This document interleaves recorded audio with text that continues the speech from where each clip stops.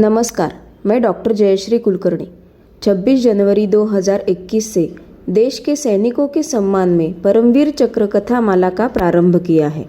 यह उपक्रम परमवीर चक्र महानायकों की गाथा सादर करने का प्रयास है।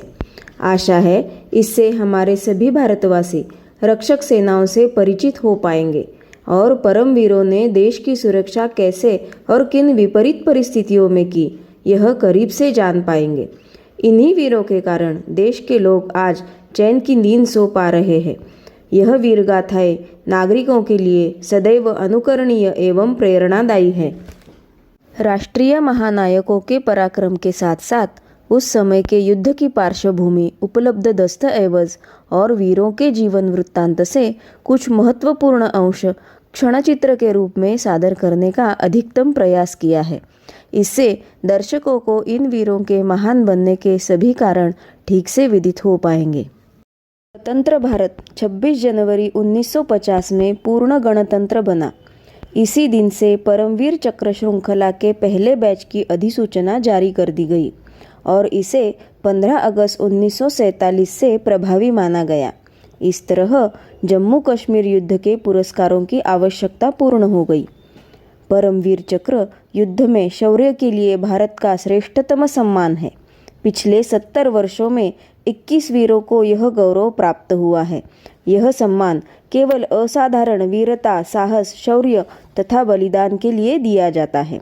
राष्ट्रपति द्वारा यह सम्मान महावीर को या मरणोपरांत उसकी विधवा या परिजन को प्रदान किया जाता है।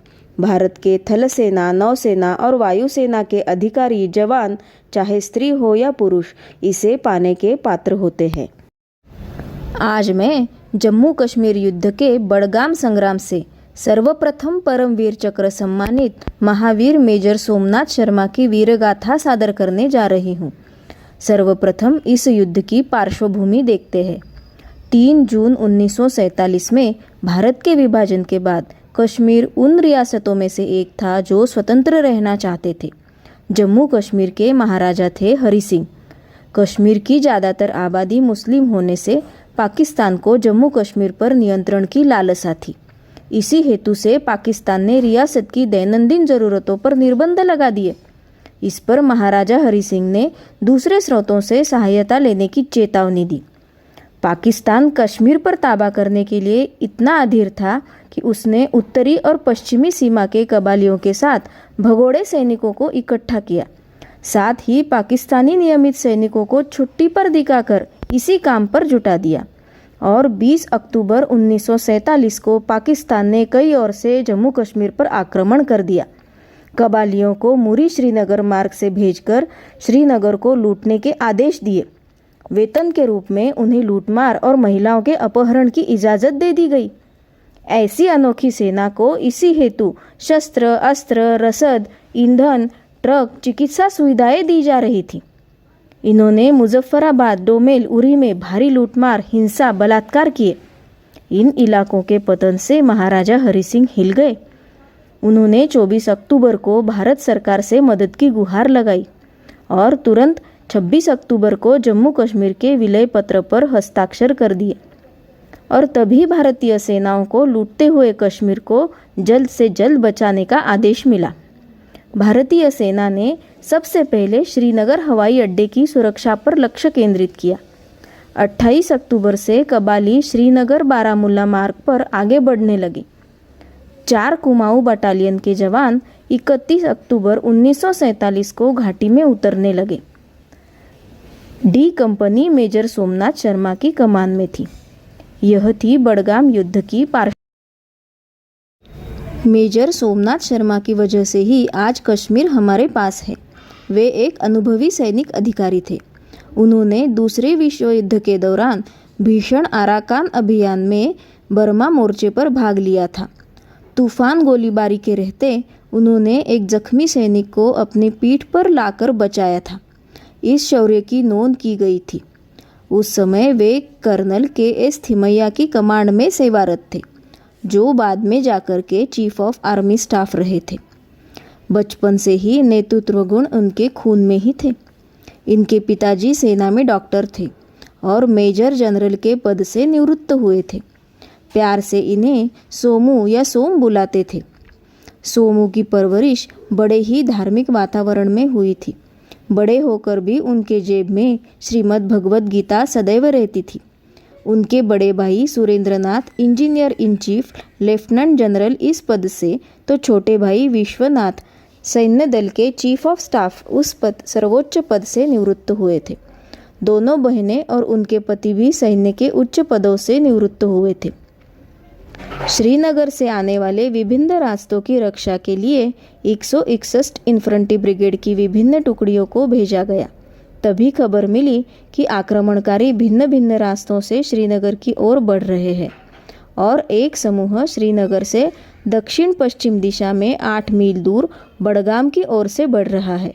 यह गांव श्रीनगर हवाई अड्डे से मात्र 2 मील की दूरी पर था, अतः यहाँ दुश्मन हवाई अड्डे पर आसानी से कब्जा कर सकता। 4 कुमाऊं की ए और D company major Somnath Sharma के नेतृत्व में और एक para Kumaon captain Ronald Wood के नेतृत्व में बड़गाम भेजी गई।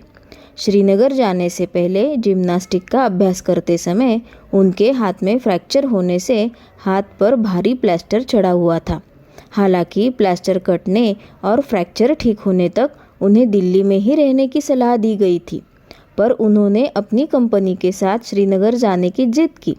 उनका तर्क था कि वे अपने सैनिकों को अच्छी तरह से जानते समझते हैं तथा जब वे युद्ध में जा रहे हैं तो उनका साथ जाना भी आवश्यक है। 4 कुमाऊं की ये 2 कंपनियां 180 सैनिक बड़गाम की ओर कूच कर गई। थोड़ी ही देर में एक पैरा कुमाऊं की कंपनी भी आगे बढ़ी। मेजर सोमनाथ शर्मा ने खबर दी कि उन्होंने बड़गाम के पश्चिम में ऊंचे मैदान में अपना मोर्चा बांध लिया है और इलाके पर उनकी अच्छी पकड़ है। उस समय स्थिति शांतिपूर्ण थी। अब एक पैरा कुमाऊं को आदेश दिया गया कि वह मैगाम की ओर बढ़े और एक पंजाब से संपर्क करे तथा उसके बाद हवाई अड्डे पर लौट आए। कैप्टन वुड ने समाचार दिया कि दुश्मन दूर दूर तक नहीं है और रास्ते के गांव भी सुरक्षित है। मेजर शर्मा ने भी खबर दी कि बड़गाम में सब कुछ सुरक्षित है। गांव के लोग अपनी दैनिक गतिविधियां आराम से बेरोक टोक कर रहे हैं। उन्होंने यह भी देखा कि ग्रामीणों का एक समूह एक सूखे नाले के पास एकत्रित है। मेजर शर्मा को आदेश मिला कि 1:30 बजे से वापस लौटना प्रारंभ कर दे। 2 बजे मेजर शर्मा ने समाचार दिया कि ए कंपनी हवाई अड्डे के ओर लौट रही है। अति विशिष्ट सेवा सम्मान प्राप्त ब्रिगेडियर LP सेन ने मेजर शर्मा से कहा कि वे आधे घंटे तक मोर्चे पर डटे रहे और पीछे आना 5 बजे से प्रारंभ करें। मेजर शर्मा ने दोबारा आश्वस्त किया कि बड़गाम अभी भी शांत है। उस समय तक उन्हें यह एहसास भी नहीं था कि अगले आधे घंटे में क्या होने वाला है। 4 कुमाऊं की ए कंपनी के लौटने के आधे घंटे के बाद नाले के आसपास जमे ग्रामीणों ने विभिन्न दिशाओं में बिखरना प्रारंभ किया। वे मेजर शर्मा की कंपनी के चारों ओर आने लगे। कुमाऊनी कंपनी के सिपाहियों ने समझा कि वे अब अपने घरों की ओर वापस जा रहे हैं। उन्हें इस बात का ज्ञान नहीं था कि ये ही धूर्त आक्रमणकारी है जो काश्मीरी ग्रामीणों के वेश में है। इनके ढीले ढाले पैरन के अंदर हथियार छिपे हैं। अचानक उन्होंने गांव के मकानों से हमला करना शुरू कर दिया और गोलीबारी प्रारंभ हो गई। एक मॉर्टर का गोला आकर गिरा तथा पास से ही हल्की मशीन गनों से गोलियां चलने लगी। प्रारंभ में मेजर शर्मा ने खबर दी कि वे गोलाबारी का जवाब देने में संकोच कर रहे हैं क्योंकि इससे गांव की महिला बच्चों की जान को खतरा है। जिस समय मेजर शर्मा बदली हुई स्थिति की जानकारी ब्रिगेड कमांडर को दे रहे थे और बता रहे थे कि वे अपने 90 साथियों के साथ किस तरह की स्थिति का मुकाबला कर रहे हैं, ठीक उसी समय पश्चिम में नीचे से कबालियों का एक बड़ा जत्था आगे बढ़ने लगा तथा मॉर्टर और स्वयंचलित हथियारों से हमला करने लगा। मेजर शर्मा ने इस नई चुनौती का सामना डटकर करना प्रारंभ किया। अपनी पूरी ताकत से उन्होंने आक्रमणकारियों के पहले जत्थे को खदेड़ दिया, पर दुश्मन का दबाव फिर बढ़ने लगा। मेजर शर्मा की कंपनी को अब 500 कबालियों का सामना करना पड़ रहा था। उनके अपने साथियों की संख्या भी कम हो रही थी। अब उन्होंने ब्रिगेड से सहायता मांगी। ब्रिगेड ने आश्वासन दिया कि हवाई सहायता मिलेगी। बहुत कम जवान होने के कारण मेजर शर्मा ने स्वयं ही हवाई जहाज़ के लिए ज़मीनी संकेत स्थापित कर दिए ताकि हवाई जहाज़ को लक्ष्य भेदने के लिए दिशा निर्देश समझ सके। उधर 3 तरफ से हमले के कारण भारतीय सैनिक तेजी से वीरगति को प्राप्त होने लगे। दुश्मन और भारतीय सैनिकों की संख्या का अनुपात 7:1 था, पर भारतीय सैनिकों का धैर्य बुलंद था। हालांकि ब्रिगेड मुख्यालय से संदेश आया कि एक पंजाब उनकी मदद के लिए आ रही है, पर उन्हें पता था कि इसमें समय लगेगा।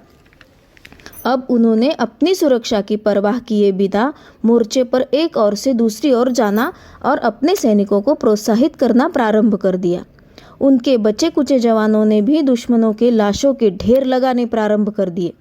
जब मेजर शर्मा को पता चला कि जवानों की कमी से हल्की मशीन गन भरने और चलाने में दिक्कत हो रही है, तो उन्होंने खुद मैगजीन भरना प्रारंभ कर दिया।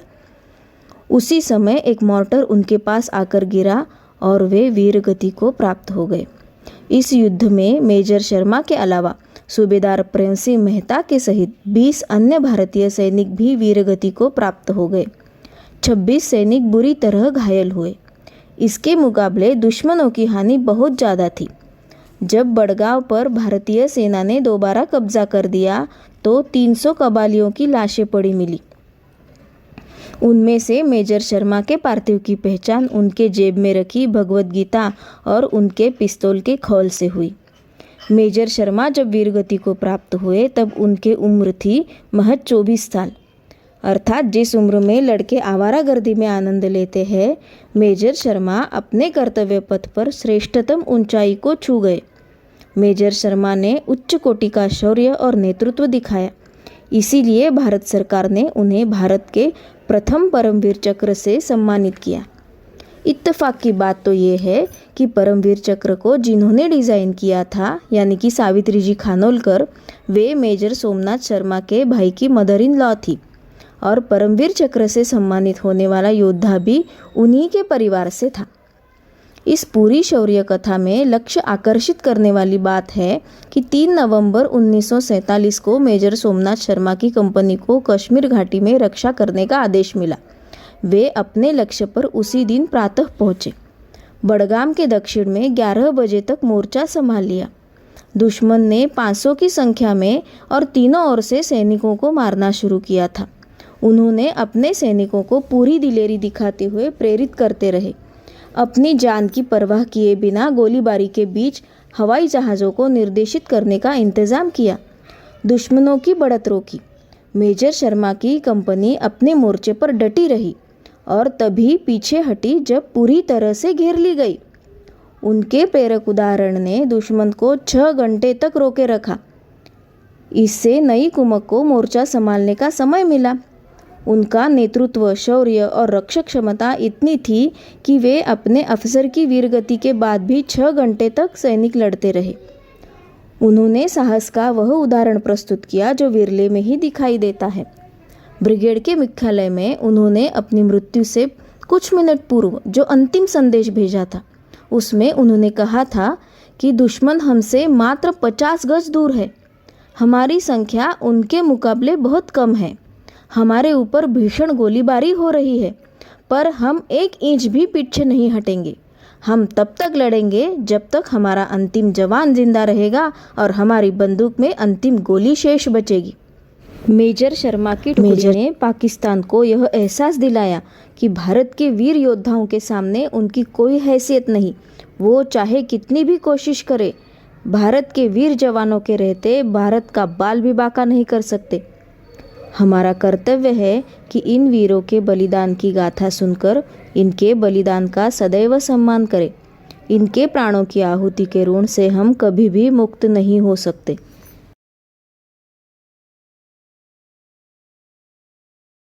परमवीर चक्र कथामाला के अगले पुष्प को सबसे पहले देखने के लिए चैनल सब्सक्राइब करके बेल बटन दबाना ना भूलें। जय हिंद।